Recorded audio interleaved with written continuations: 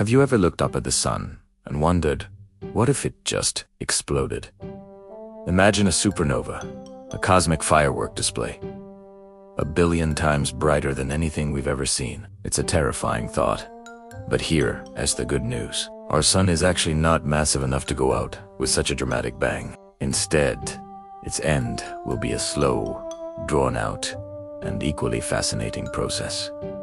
So, what's really going to happen? The journey begins in about 5 billion years. Our sun, like all stars, has a lifespan. As it nears the end of its life, it will run out of the hydrogen fuel that burns at its core. When this happens, the core will shrink and heat up, causing the outer layers to expand dramatically. This is the beginning of its red giant phase. The sun will swell to hundreds of times its current size, becoming a colossal, glowing red orb in our sky. It will be so enormous that it will completely swallow the inner planets, Mercury and Venus, one by one. From Earth, the view would be both spectacular and terrifying. The sun would grow larger and larger in the sky. No longer a friendly yellow disk, but a menacing, fiery wall that fills the horizon. The temperature in our planet would soar to unimaginable levels.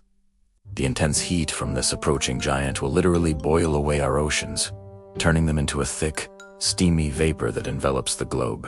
This superheated steam will then be blasted away by powerful solar winds, stripping Earth of its atmosphere and leaving it exposed to the harshness of space. Our vibrant blue marble will transform into a scorched, barren rock, completely lifeless and silent. The very star that once gave us life will be the one to take it all away. After about 1 billion years as a red giant, the sun's journey reaches its final chapter. Having burned through all its available fuel, its outer layers will drift away, forming a beautiful, glowing cloud of gas and dust called a planetary nebula. What's left behind is the sun's incredibly dense and hot core, a stellar remnant known as a white dwarf. This white dwarf will be roughly the size of Earth, but will contain about half the sun's original mass. It will no longer produce energy, but it will continue to shine with leftover heat for trillions of years, slowly fading into a cold, dark black dwarf. The final image of our solar system will be a tiny, faint white dwarf,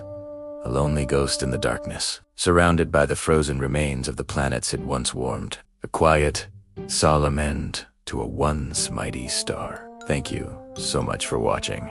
If you're fascinated by the cosmos like we are, make sure to hit that subscribe button for more space explorations. See you next time.